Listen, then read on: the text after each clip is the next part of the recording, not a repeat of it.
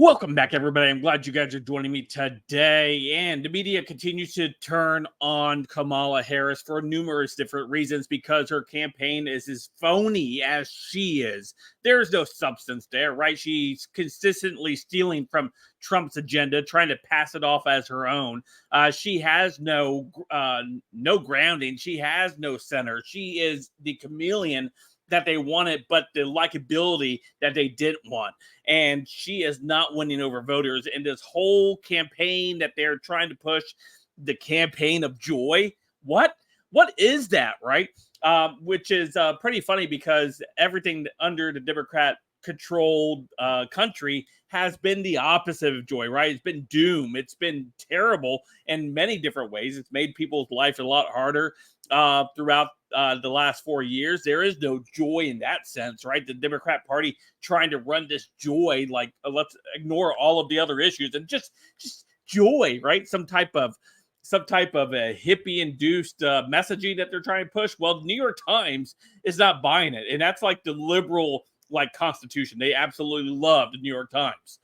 New York Times is gospel to them, and when you lose the New York Times, you are in deep trouble, and Kamala Harris is in deep trouble. So let's go take a look at this story real quick over here from the Post Millennial, speaking about this messaging that they're using. The New York Times has admitted that the messaging of joy around Vice President Kamala Harris' campaign is not a strategy, obviously, to win an election. New York Times deputy opinion editor Patrick Henry penned a piece titled "Joy is Not a Strategy" on Friday, taking a jab at a theme that seemed to envelope all of the political PR around the Harris Waltz ticket, right? According to Heavy, the Democrat convention message for America had to fit on a bumper sticker. It would read this: Harris's joy.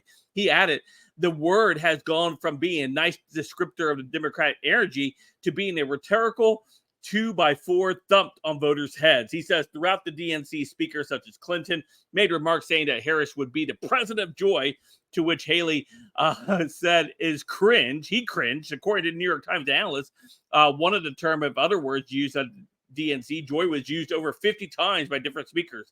Haley pointed out that Democrats' joy is the new fetch from the Mean Girls, and the party is vying to make it catch on.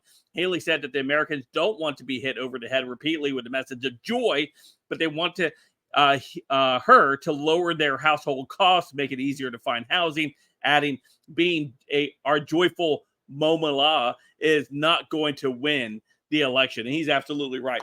It is a complete cringe. And this is what they have. They're scraping the bottom of the barrel with Kamala Harris in this messaging that she's putting.